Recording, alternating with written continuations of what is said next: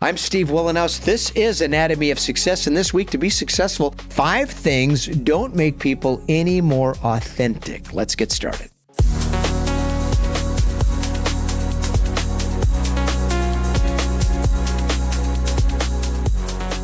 I'm Steve Wohlenhaus, and this is Anatomy of Success. Glad you joined us. Feel free to join us at aos.academy. That's our new platform we're so proud of, with all sorts of remarkable tools that I'm confident you can benefit from. You can connect with us on social media. All the appropriate links are there. And find my company page, weatherology.com. Grab the free Weatherology mobile app.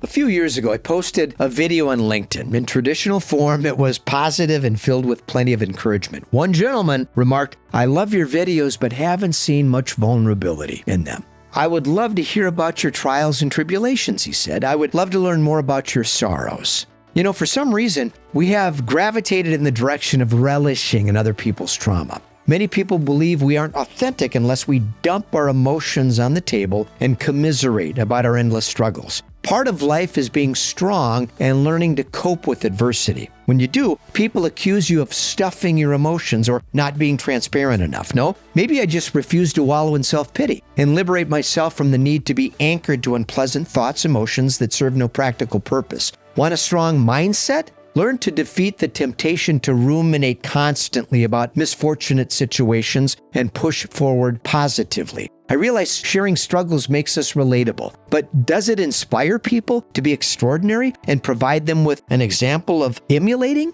When I was in my 40s, I developed contact dermatitis on my face. That's what dermatologists call a rash they can't cure and have no idea how to fix. The response loaded me up with topical steroid creams, which led to an escalating problem. Within a year, I was covered from head to toe in a rash. Funny, I never had the problem until I began using those topical steroids. The only way to cure that rash? More steroids, in the doctor's opinions. I finally figured out I needed to fix the problem myself by learning what was causing the problem internally, which required years of sitting in a bathtub for 7-8 hours a day, recovering from the most painful rash on the planet. The doctor that helped me through this process had 3,000 patients he tried to fix. 40% of them committed suicide over a 24-month period. That's how excruciating the pain was. A burning rash that felt like rolling around in attic insulation with a flamethrower on your skin. I literally spent 8 hours a day in the bathtub and worked from home, and the doctor that helped me through this process wanted me to take 8 medications for sleep, itch, and burning. I refused to take any of them. He said he couldn't believe it, wrote an article about me.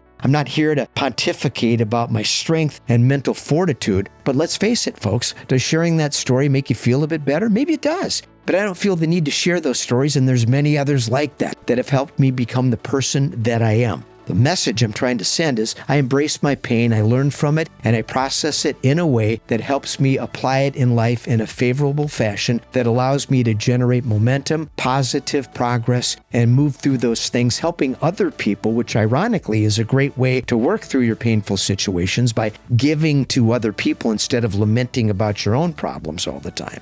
Moral of the story is if you want to build a better mindset, we have to learn to accept that life is hard and nobody gets a break. Some have it much worse than others, and authenticity doesn't require spilling our emotions for the entire world to see. If that's what motivates you, there's plenty of people on social media that will provide that for you. I personally find it uninspiring. I'm more interested in the person that has truly developed the mindset most people pontificate about but few possess. If you're looking to be more authentic, here's my advice for avoiding the common misconceptions about authenticity. So to be more successful, 5 things don't make people any more authentic.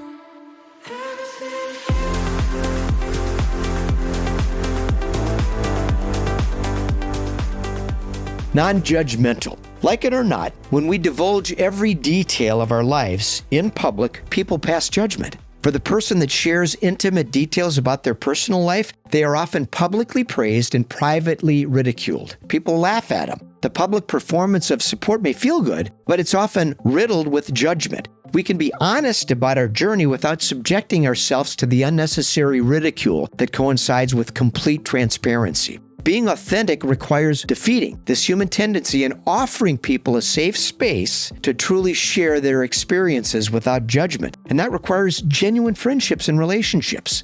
agile. We can be the same person, true to ourselves and genuine without being consistent in every situation. Conversations vary based on our audience and the people we share intimate discussions with. It's okay to reserve certain aspects of our personal life for the people closest to us and only share some details with clients, strangers, and acquaintances. Being authentic is being the same person, but being very flexible about who you share details with.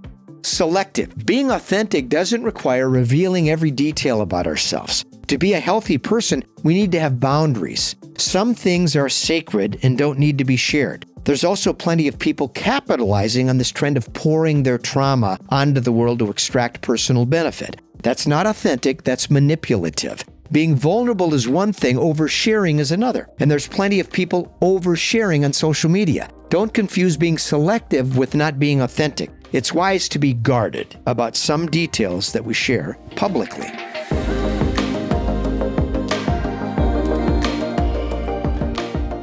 Personal. Being authentic is a personal journey that doesn't require measuring ourselves to someone else's standards. There's lots of people with rigid ideas about what constitutes authenticity. That's fine. Define it your way and apply the lessons you feel are most relevant before becoming more authentic. However, examine closely the critics who feel compelled to castigate people for not being authentic enough. They often need to validate themselves by learning of other people's painful experiences for the sake of comparison or seek to solidify their confirmation bias. It's your journey. You get to decide what's authenticity and what it looks like in your life. Variable. Authenticity is constantly evolving as we remain true to ourselves on a personal journey that requires consistent improvement. Like purpose and passion, authenticity can change. Authenticity isn't a eureka moment that results in enlightenment. It's a process that moves us in the direction of actualization. I'm Steve Wohlenhaus. This has been Anatomy of Success. Glad you joined us this week. Hope this benefits you in some way. There's more details at aos.academy that I think we can dive into together that can be highly advantageous for your personal journey. These podcasts are simple episodes on relevant things in life that we can talk about in an effort to make improvements personally, professionally. But what we provide at aos.academy is a far more deeper dive into some really relevant material that I think you can get some tremendous benefit from. Until next week, let's stay focused, let's stay positive, and let's stay optimistic.